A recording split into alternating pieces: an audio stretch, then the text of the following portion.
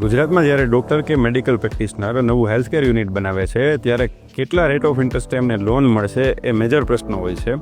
તો ખાસ કરીને જ્યારે કોઈપણ ડૉક્ટર કે મેડિકલ પ્રેક્ટિશનર એના અપકમિંગ હેલ્થકેર યુનિટ માટે જ્યારે લોન માટે એપ્લાય કરે છે ત્યારે લેન્ડિંગ બેંક જે છે એમને RLLR ઉપર એટલે કે રેપો લિંક્ડ લેન્ડિંગ રેટ સાથે એમનું માર્જિન એડ કરીને એમને રેટ ઓફ ઇન્ટરેસ્ટ ઓફર કરતી હોય છે.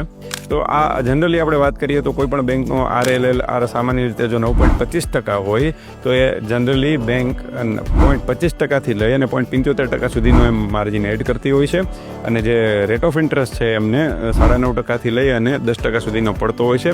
અને મિત્રો આ પણ નેગોશિયેબલ છે, એટલે કે માની લો 0.25% માર્જિન સાથે તમને જો ઓફર કરવામાં આવે છે તો તમે 0.25 વાળો 0.15%, 0.10 સુધી લઈ જઈ શકો છો અને 9.35% સુધીની રેટ ઓફ ઇન્ટરેસ્ટે તમે લોન લઈ શકો છો.